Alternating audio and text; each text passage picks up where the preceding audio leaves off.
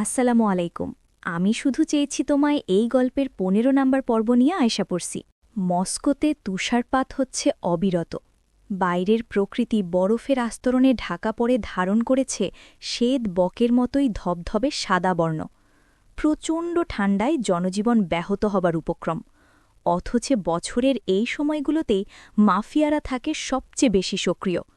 মাফিয়াদের আন্ডারগ্রাউন্ড ক্লাবগুলোতে চলতে থাকে ড্রাগ আর অস্ত্রের রমরমা ব্যবসা। যদিও এই মুহূর্তে ক্লাবে উপস্থিত নেই অ্যারিশ। গতকালকের টমেটো প্রিন্সের ঘটনার জের ধরে তার মস্তিষ্কে ছড়িয়ে পড়েছে বিশ্বাসঘাতকতার জ্বলন্ত এক তীব্র অগ্নুৎপাত। যে গার্ডগুলো কাল টমেটো প্রিন্স আর তার দলবলকে পেন্টহাউসে ঢুকতে দিয়েছে, তাদের কি এত সহজে ছেড়ে দেবে অ্যারিশ? কক্ষণই না। এরিসের টপ ফ্লোরের পেন্টহাউস আর নিচের বেসমেন্ট ব্যতিরেকে ভবনের নিচের অংশ পুরোটাই স্টাফ এবং গার্ডসদের জন্য বরাদ্দ। আপাতত এই মুহূর্তে স্টাফ কোয়ার্টারের লাউঞ্জে বসে আছে এরিস। একটা বড়সড় ডিভাইনে গা ছড়িয়ে বসে পা দুটো আড়াআড়ি করে তুলে রেখেছে সামনের সেন্টার টেবিলের উপর। সেন্টার টেবিলটা ভীষণ দামি আর নান্দনিক। পৃথিবীর সবচেয়ে এক্সপেন্সিভ কাজ দিয়ে বানানো হয়েছে এটা। ভেঙে গেলে বিশাল লস, তাতেও বিন্দুমাত্র ভ্রুক্ষেপ নেই মাফিয়া বসটার। শুধুমাত্র এরিস কেন, এই মুহূর্তে নতজানু হয়ে ওর সামনে দাঁড়িয়ে থাকা গার্ডসদের কারোরই কোনোরূপ নজর নেই ওসব টেবিল ফেবিলের দিকে। তারা তো স্রেফ নিজেদের জীবনের শঙ্কায় উদ্গ্রীব, কোনো মতে এ যাত্রায় প্রাণে বেঁচে গেলে হয়। এরিসের পাশেই পেছনে দুহাত রেখে শটান দাঁড়িয়ে আছে তুষার। ওর মুখমণ্ডল বরাবরের মতোই সাবলীল, চোখ মুখ জুড়ে গাঢ় হয়েছে ভয়াবহ নির্জীবতা, যেন বিচলিত হবার মতো কিছুই ঘটছে না আশেপাশে। বেশ অনেকক্ষণ ধরে নীরবতা বিরাজ করছে পুরো লাউঞ্জ জুড়ে। গার্ডসদের মুখমণ্ডল ঘরমাক্ত। এই কনকনে ঠান্ডার মাঝেও নিঃশব্দে দরদরিয়ে ঘামছে তারা। এই মুহূর্তে আওয়াজ তো দূরে থাক, স্বাভাবিক শ্বাসপ্রশ্বাস নিতেও প্রচণ্ড বেগ পেতে হচ্ছে তাদের। প্রবল আতঙ্কে রুহুটা গলায় উঠে এসেছে যেন। অবশেষে সকলের ভাবনার ছেদ ঘটিয়ে নীরবতা ভাঙল এরিস। হাতে থাকা রিভলভারটার সাহায্যে খানিক কপাল চুলকে গাল দিয়ে জিভ ঠেলে রাশভারী আওয়াজে সে বলল, কাল সন্ধ্যায় যে কজন পেন্টহাউসের সুরক্ষার দায়িত্বে ছিলে তারা সামনে এসো, রাইট নাও। নিস্তব্ধতার মাঝে এরিসের কর্কশ হুকুমে যেন এক অজানা আতঙ্ক ছড়িয়ে দিল সকলের মন মস্তিষ্কে। কয়েকজন গার্ডস শুষ্ক ঢোক গিলে একে অপরের দিকে তাকিয়ে চোখাচোখি করছে শুধু। তাদের চোখের চাউনি লক্ষ্য করে ঠোঁট বাঁকিয়ে বিদ্রুপাত্মক হাসল এরিস। অতঃপর চোখের মাঝে ক্রোধ টেনে হুঙ্কার দিয়ে বলে উঠল, don't waste my valuable time, bastard. এরিসের মারাত্মক হুঙ্কারে পুরো লাউঞ্জ কেঁপে উঠল এবার। মুহূর্তেই হাঁটু ভেঙে ধপ করে একযোগে মেঝেতে বসে পড়ল লাউঞ্জে উপস্থিত সকল গার্ডসরা। ওদের মধ্যে একজন গার্ড হৃদয়ে খানিকটা সাহস সঞ্চার করে ভয়ে জর্জরিত গলায় রাশিয়ান ভাষায় ক্ষমা প্রার্থনা করে বলে উঠল, আমাদের দোষ নেই boss, tomato prince. Don't give any fucking excuse. এরিসের কাটকাট আদেশে জিহ্বার আগায় আটকে থাকা বাকি কথাটুকু বিনা বাক্যে গলাধক্ষণ করে নিল লোকটার দিকে থেকে চোখ ঘুরিয়ে তুষারের পানে দৃষ্টি নিক্ষেপ করল এরিস, যে এখনও একইভাবে জীবন্ত মূর্তির ন্যায় ঠাঁই দাঁড়িয়ে আছে ওর পাশে। মূর্তিমান তুষারের দিকে তাকিয়ে সাবলীল কণ্ঠে এরিস শুধাল, সব কিছু রেডি? তৎক্ষণাৎ প্রত্যুত্তর করল তুষার, ইয়েস। তাহলে আর দেরি কিসের? বোজো অনেকদিন স্ন্যাক্সের স্বাদ গ্রহণ করে না, আজকে না হয় একটু ভুরি ভোজ করুক। রিভলভারটা আঙুলের ডগায় ঘোরাতে ঘোরাতে গম্ভীর আওয়াজে কৌশলী আদেশ করল এরিস। ওর কথার আগামাথা ঘুণাক্ষরেও কিছু বুঝতে পারল না অপরাধী গার্ডসগুলো। ওদিকে এরিসের আদেশ পাওয়া মাত্রই তুষার অন্য গার্ডসদের চোখের ইশারায় বলল, নিয়ে যাও। সঙ্গে সঙ্গে কতকগুলো পালোয়ানের মতো দেখতে নিগ্রো গার্ডস এগিয়ে এসে ফাঁসির আসামিদের মতোই হাত পা বেঁধে একটা পালো কাপড়ে আবৃত করে ফেলল গার্ডসগুলোর মুখমণ্ডল। অতঃপর মাথায় বন্দুক ঠেকিয়ে সবগুলোকে টেনে হিচড়ে নিয়ে যেতে লাগল বেসমেন্টের দিকে। মুহূর্তেই হাহাকার, চিৎকার আর প্রাণে বাঁচার তীব্র আকুতিতে হৈ হৈ করে উঠল পুরো স্টাফ কোয়ার্টার। সেসব ব্যথতর আওয়াজ কর্ণগহ্বর ছাপিয়ে হৃদয় অবধি পৌঁছল না এরিসের। কি করেই বা পৌঁছাবে? ও তো একটা হৃদয়হীন জানোয়ার। পৃথিবীতে কারোর কান্নাকাটি, হাহাকার, এমনকি নিগূঢ় আত্মচিৎকার কোনো কিছুই বিচলিত করে দিতে পারে না এরিসকে, একমাত্র ঈশানী ছাড়া।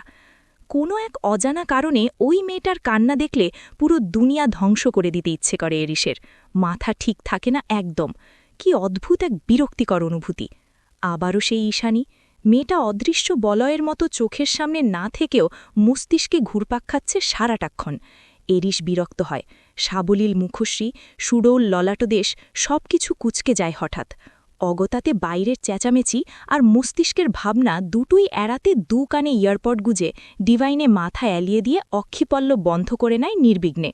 ওদিকে বেসমেন্টের দিকে এগিয়ে যাওয়ার সময় ওই নিগ্র দানবীয় গার্ডসগুলোর মধ্যে একজন পেছনে ঘুরে তুষারের উদ্দেশ্যে জিজ্ঞেস করল, কোন সেলে রাখব বস? তুষার ফোঁস করে একটা দীর্ঘশ্বাস ছেড়ে হৃদয়ের দূষিত বাতাসটুকু আলগোছে বের করে দিয়ে তির্যক অথচ মসৃণ কণ্ঠে বলল, অফকোর্স, টর্চার সেলে। লাউঞ্জ ত্যাগ করে এলিভেটরের মাধ্যমে সোজা বেসমেন্টে চলে যায় গার্ডসরা। ওরা চলে গেলে তুষার দৃষ্টিপাত করে এরিসের দিকে। নির্জীব শান্ত গলায় অর্ধশোয়া এরিসকে উদ্দেশ্য করে শান্ত গলায় বলল, আপনি কখনোই গার্ডসদের টর্চার সেলে পাঠাতেন না, কিন্তু আজ হঠাৎ? এরিস চোখ দুটো বন্ধ রেখেই গমগমে আওয়াজে বলল, পাইথন প্যারাডাইসে বিশ্বাসঘাতকের কোনো স্থান নেই তুষার। কাল আমি পেন্টহাউসে উপস্থিত না থাকলে কি হতে পারত ভেবে দেখেছ একবারও?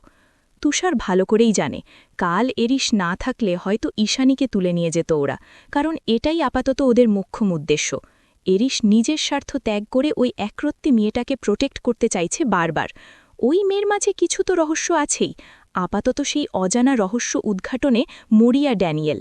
তুষার ভাবল কিয়ৎক্ষণ, অতঃপর নিশ্চিত হওয়ার জন্য পুনরায় শুধাল, আপনি কি মিস ব্লু আইড অ্যাঞ্জেলের প্রতি কোনো কারণে অবসেসড এরিস?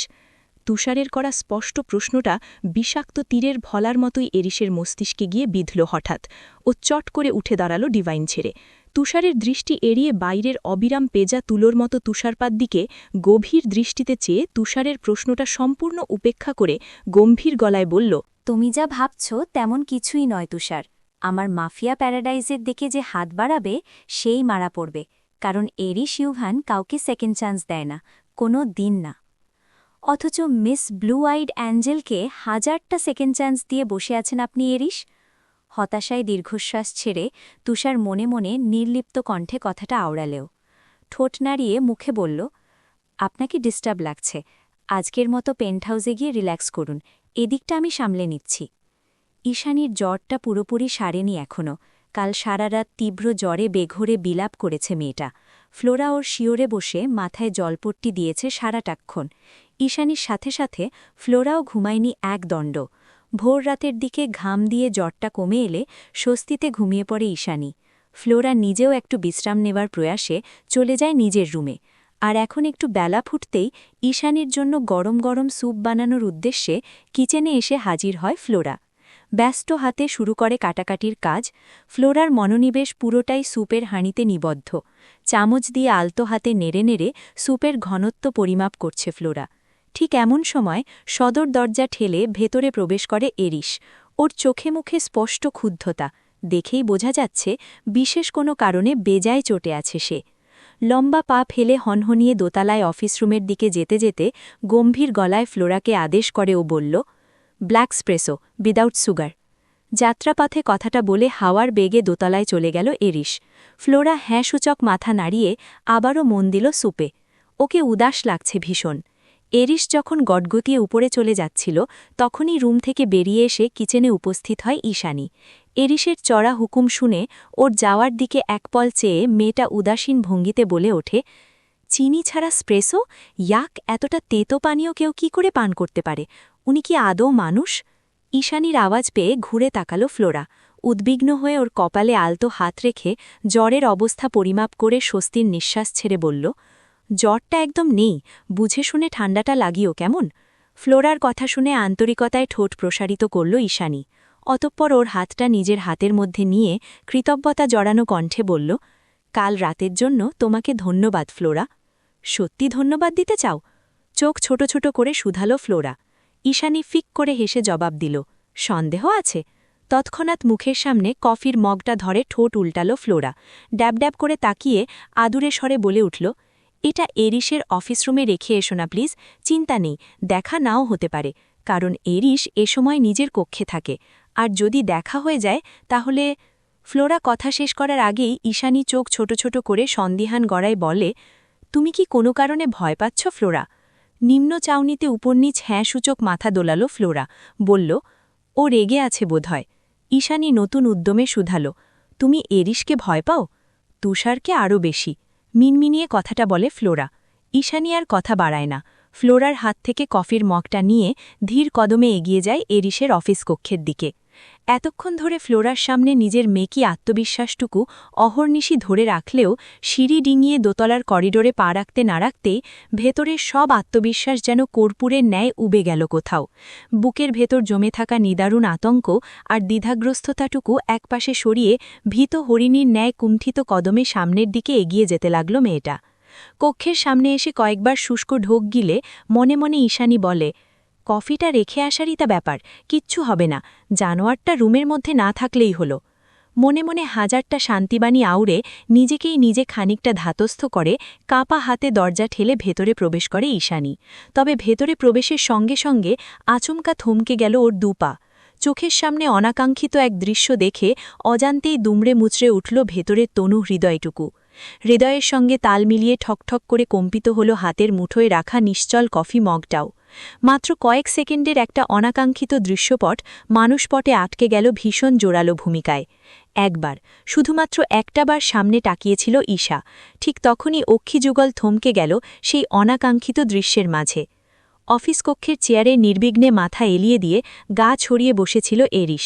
ভীষণ আয়াসে চোখ দুটো করে রেখেছিল বন্ধ। এরিশের সামনেই হাঁটু গেড়ে বসে ওর নেভি ব্লু রঙা সিল্কি শার্টের বোতামগুলো একে একে খুলে ফেলছিল অতীব সুন্দরী এক আবেদনময়ী রুশতরুণী। মেয়েটার হাত দুটো অবলীলায় পড়েছিল এরিশের ঘেউ খেলানো বলিষ্ঠ পুরুষালী বুকের উপর। অকস্মাৎ দরজা ঠেলে ভেতরে প্রবেশ করে এটুকু দেখামাত্রই তড়াক করে চোখ নামিয়ে নিল ঈশা। চোখের সামনে এহেন দৃশ্য দেখে অজানা যাতনায় বিদীর্ণ হল ওর ভেতরটা। হাত পা কাঁপছে, না জানি এরিশোকে কি করবে এখন। তবে তার চেয়েও যেটা বেশি হচ্ছে তা হল কষ্ট। অজ্ঞাত কষ্টে ভেতরটা নীল হয়ে উঠেছে যেন, কারণ এটুকুতে আর বুঝতে বাকি নেই ঈশার যে এই মুহূর্তে এখানে ঠিক কী হতে যাচ্ছিল। এরিশ হয়তো এই সুন্দরী রুশ মেয়েটার সঙ্গে অন্তরঙ্গ সময় কাটাত এখনই, কিন্তু ঈশানীর আগমন বরাবরের মতোই বদলে দিল দৃশ্যপট। ঈশানী ভেতরে প্রবেশ করার সঙ্গে সঙ্গে ওকে দেখতে পেয়ে এক ধাক্কায় এরিশ নিজের থেকে দূরে সরিয়ে দিল মেয়েটাকে। অযাচিত রুশ মেয়েটা হুমড়ি খেয়ে পড়ে গেল মেঝেতে। সেদিকে বিন্দুমাত্র পরোয়া না করে চেয়ার ছেড়ে উঠে দাঁড়িয়ে ঈশানীর দিকে বিরক্তিকর তীক্ষ্ণ দৃষ্টি নিক্ষেপ করে এরিশ, যেন এক্ষুনি দু চোখ দিয়ে ভস্ম করে দেবে ওকে। তবে ঈশানী আর দাঁড়ায় না এক মুহূর্ত, কোনো মতে কাপা হস্তে ক্যাবিনেটের ওপর মগটা রেখে দৌড়ে বেরিয়ে যায় অফিস রুম থেকে। ঈশানী চলে গিয়েছে সেই কখন, এখনও করিডোরের দিকে নিশ্চল নয়নে চেয়ে আছে এরিশ। মূলত এরিশকে একটু মি টাইম দেওয়ার উদ্দেশ্যেই তুষারই পাঠিয়েছিল সুন্দরী এই রুশ মেয়েটাকে, কিন্তু ঈশানীর ওই নীল জলরাশির মতো চোখ দুটো দেখার সঙ্গে সঙ্গে মস্তিষ্ক এলোমেলো হয়ে গেল এরিশের। অহেতুক রাগ হতে লাগল রুশ মেয়েটার ওপর। মেয়েটার আবেদনময়ী আলতো স্পর্শে বিরক্তিতে চিরবিরিয়ে উঠল ভেতরটা। সহসা ওর বিরক্তিকর স্পর্শ সহ্য না করে চোখের সামনে ধাক্কা মেরে ফেলে দিল এরিশ। খানিকক্ষণ বাদে চড়াত করে ওঠা মস্তিষ্কটা কিঞ্চিত শান্ত হলে নিজ হাতের শার্টের বোতামগুলো লাগাতে উদ্যত হয় এরিশ। তখনই রুশ মেয়েটা পুনরায় কাঁধে হাত রাখল ওর। মেয়েটার চোখে মুখে প্রবল আতঙ্কের ছাপ, তবুও পেমেন্টের আশায় সে সাহস করে ডাকল এরিশকে, কণ্ঠে আকুলতা টেনে বলল, লেটস কন্টিনিউ স্যার। এরিশ তৎক্ষণাৎ নিজের কাঁধ থেকে এক ঝটকায় সরিয়ে দিল মেয়েটার হাত। দু আঙ্গুলে কপাল স্লাইড করতে করতে গমগমে স্বরে বলল, গেট লস্ট। এরিশের কথায় চলে গেল না মেয়েটা, বরং ওর শরীরে হাত দেওয়ার জন্য উদ্যত হল পুনরায়, যার পূর্বাভাস আজ করতে পেরে সঙ্গে সঙ্গে কোমরের খাঁজ থেকে রিভলভার বের করে মেয়েটার মুখের মধ্যে রিভলভারের নলটা অকস্মাৎ ঢুকিয়ে দেয় এরিশ। এরিশের কাণ্ডে আত্মা শুকিয়ে কাঠ হয়ে গেল রুশ মেয়েটার। ভয়ের চোটে চোখ দুটো বেরিয়ে আসতে চাইল কোটর ছাড়িয়ে। মৃত্যু ভয়ে জর্জরিত হয়ে মেয়েটা হাউমাউ কেঁদে ওঠে। বহু কষ্টে গলার আওয়াজ বের করে বলতে চায় কিছু, কিন্তু রিভলভারের কারণে সে আওয়াজ স্পষ্ট নয়। অগত্যে হাত জোর করে ইশারা ইঙ্গিতে এবারের মতো এরিশের নিকট নিজের প্রাণ ভিক্ষা চাইল সে। এরিশ নির্দয়, মেয়েটারই সব কান্নাকাটিতে ওর যায় আসে না কিছুই। ও একইভাবে রিভলভারের নলটা দিয়ে মেয়েটার মুখ চেপে ধরে দাঁতে দাঁত পিষল, ক্রোধান্বিত আওয়াজে বলল, আর এক সেকেন্ডও যদি আমার চোখের সামনে থেকেছ তাহলে ভেতরে লোড করা সবকটা গুলি নিঃশ্বাস তোলার আগেই পেটে চালান হয়ে যাবে তোমার। আমায় ক্লিয়ার বিচ? এরিশের কথায় জোরে জোরে মাথা ঝাঁকায় ক্রন্দনরত মেয়েটা। Just got lost. মেয়েটার মুখ থেকে রিভলভার সরিয়ে হুঙ্কার দিয়ে উঠল এরিশ। তৎক্ষণাৎ মাফিয়া বসটার হাত থেকে ছাড়া পেয়ে কোনো মতে প্রাণ নিয়ে ছুটে পালালো অতীব সুন্দরী সেই রুশ তরুণী। মেয়েটা অফিস রুম ত্যাগ করলে একটা চাপা দীর্ঘশ্বাস ছেড়ে ধপ করে কাউচ চেয়ারে বসে পড়ে এরিস। থমথমে মুখে হাত বাড়িয়ে ক্যাবিনেট থেকে তুলে নেয় কফির মগটা। তেতু কফিটা ঠান্ডা হওয়ার দরুন স্বাদটা বিস্বাদে পরিণত হয়ে গিয়েছে পুরোপুরি। কাউচে গা এলুয়ে দিয়ে আপাতত সেই বিস্বাদের কফিটাই চোখ বন্ধ করে উপভোগ করায় ব্যস্ত এরিস। চোখ খিচে দৌড়াতে দৌড়াতে এক পর্যায়ে ঈশানী গিয়ে পৌঁছাল খোলা ছাদ বারান্দায়। বাইরে আজ রোদ উঠেছে বেশ। সূর্যের মৃদু রশ্মিতে গলতে শুরু করেছে পায়ের নিচের কঠিন বরফের আস্তর। এতক্ষণ ধরে ছুটে আসার দরুন হাঁপাচ্ছে ঈশা। আজ বহুদিন বাদে একটুখানি খোলা আকাশ দেখল ও, মনটা তাও বিষণ্ণ। খানিকক্ষণ আগের দৃশ্যটা ক্রমাগত ভেসে উঠছে মানুষপটে। এরিসের মতো একটা নির্দয় মাফিয়া বসের জন্য কষ্ট হওয়ার কথা ছিল না কোনো কালেই। এরিসোর অত্যাচারী ঈশানীর এই করুণ পরিণতির পেছনে একমাত্র দায়ী এরিস ইউভান। তবুও ওই অপ্রীতিকর দৃশ্যটুকু দেখার পর থেকে হৃদয়ের কোথাও একটা পুড়ছে খুব। বুকের ভেতরে রয়ে যাওয়া এই সুপ্ত ভেজা ভঙ্গুর অনুভূতিগুলো ঘৃণা করে ঈশানী, বড্ড ঘৃণা করে। কারণ সেই প্রথম দিন থেকে এই অবাধ্য অনুভূতিরাই ওর ভেঙে যাওয়ার একমাত্র কারণ। সহসা ভেতরে রজাচিত কষ্টগুলো একপাশে সরিয়ে গুটি গুটি পায়ে এগিয়ে গিয়ে ছাদ বারান্দার কার্নিশ ঘেঁষে দাঁড়াল ইস্যু। শীতের সকালে পিঠ পিছলে যাওয়া কোমল রোদটুকু স্বর্গের মতোই আরামদায়ক ঠেকছে শরীরে। অদূরে কোনো এক ধর্মশালা থেকে ঢং ঢং করে ভেসে আসছে গির্জার প্রতিধ্বনি। তার পাশেই নাম না জানা পাখির কিচিরমিচির কলরব। হুট করেই আজ সকালটা ভীষণ পবিত্র আর স্নিগ্ধ ঠেকছে ঈশানীর নিকট। চোখ বুজে নাক টেনে স্নিগ্ধ সতেজ বাতাসটুকু ভেতরে পুড়ে একাই বিড়বিড়াল ও। এত পবিত্রতার স্নিগ্ধতার মাঝে আমি এক অন্ধকারাচ্ছন্ন পাপের দুনিয়ায় আটকা পড়ে আছি, যেখানে না আছে মুক্তি আর না আছে মৃত্যু। উপহাসের সুরে কথাটা বলতে গিয়েই গলা ধরে এলো ঈশানীর। কান্নারা একযোগে দলা পাকিয়ে বিদ্রোহ করে উঠল কণ্ঠনালীতে। অবশেষে না চাইতেও বুকের ভেতরে বইতে থাকা প্রবল জলোচ্ছ্বাসের বহির্প্রকাশ ঘটিয়ে দুফোঁটা অশ্রুজল গড়িয়ে পড়ে সরলতার গাঢ় নীল চোখের কার্নিশ বেয়ে। ঠিক সেই সময় কোথা থেকে যেন একটা ধবধবে সাদো পায়রা উড়ে এসে ঠাই নিল ঈশানীর সরু কাঁধের ওপর। অগত্যা অতিথির আগমনে কান্নাকাটিতে লাগাম টানল ঈশানী। কাঁধ থেকে এনে আলগোচে দু হাতে আগলে ধরল পায়রাটিকে। আশেপাশের কোনো চার্চ থেকে পালিয়ে এসেছে বোধহয়। শ্বেতরঙা অপ্সরার ন্যায় পায়রাটাকে মুখের সামনে ধরে ওর কোপালে কোপাল ঘষে আদুরে গলায় ইস্যু বলল, এই ঠান্ডার মাঝে পালিয়ে আসার আর জায়গা পেলি না? এটা অহংকারী এরিসের পাপের রাজত্ব। এখানে ভুল করেও কেউ আসে বোকামে? চল তোকে খাবার দি।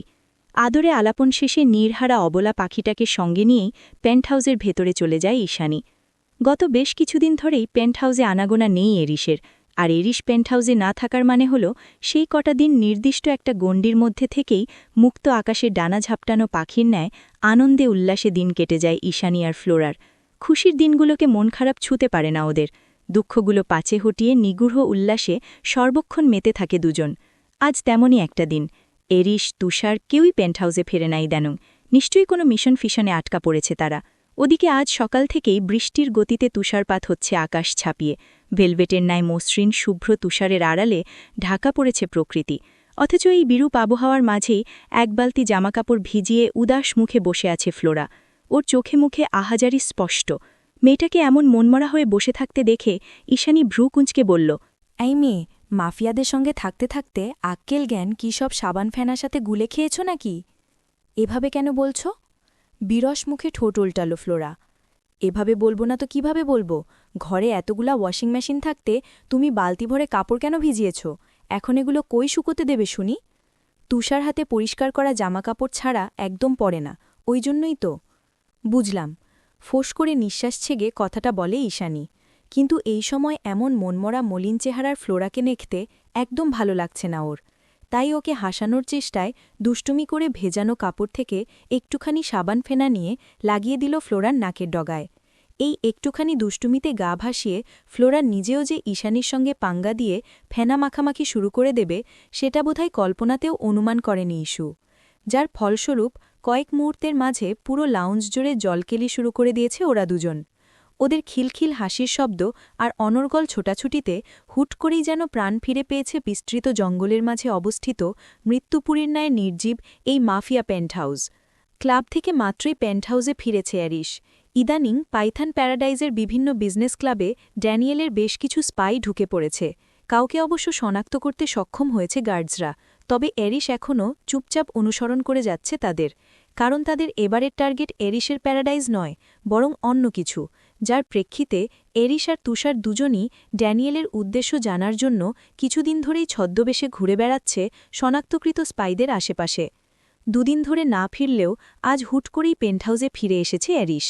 পরনে তার কালো হুডি আর কালো বেসবল ক্যাপ, মোট কথা আগাগোড়া কালো দিয়ে মোড়ানো তার শরীর। বাইরে থেকে ফেরার দরুন কালো হুডির যত্রতত্র জমে আছে পেজা তুলোর মতো শুভ্র বরফকুচি। কালো কুচকুচে হুডির ওপর ঝুরঝুরে বরফকণাগুলো সফেট হীরকের ন্যায় চিকচিক করছে ওর সমস্ত শরীরে।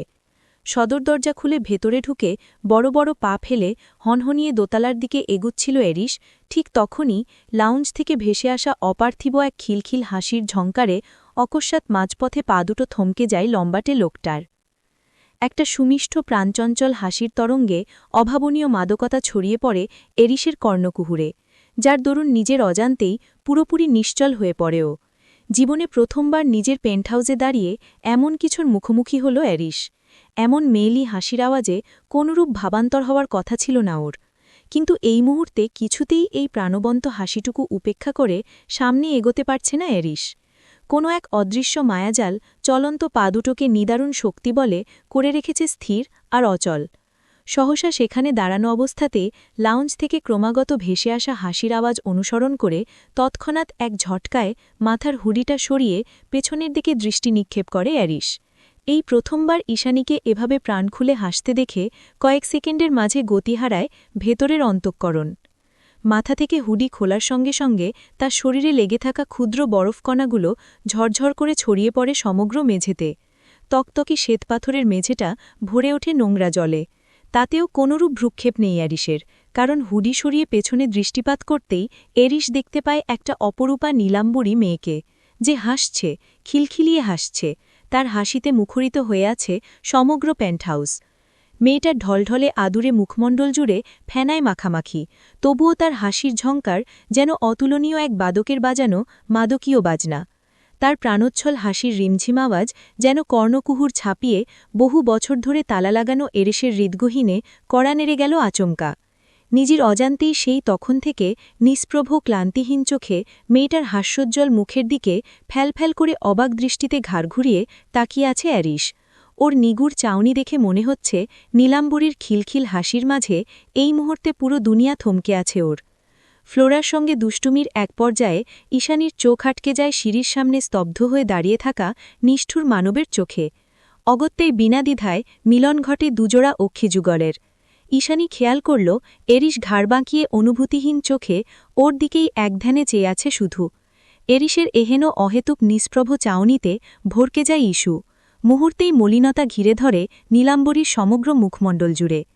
ভীত স্তব্ধ আর চোখে আরও একবার এরিসকে পরখ করে তাড়াহুড়ো করে চোখ সরিয়ে অন্যদিকে ঘুরে দাঁড়াল ঈশানী। ঈশানী ওপাশ ঘোরার সঙ্গে সঙ্গে চোখের পলক ছাড়ে এরিস। পরক্ষণেই ধ্যান ভেঙে নিজের চিরাচরিত সত্তায় ফিরে এসে সামনে ঘাড় ঘুরিয়ে তড়িঘড়ি করে লম্বা পা ফেলে সিঁড়ি ভেঙে সোজা এগিয়ে যায় দোতলার অফিস রুমের দিকে। যেতে যেতেই বুকের বাম পাশে হাত বুলিয়ে আনমনে বিরক্তিস্বরে বিড়বিড় করে সে, shit, again something is burning in my chest.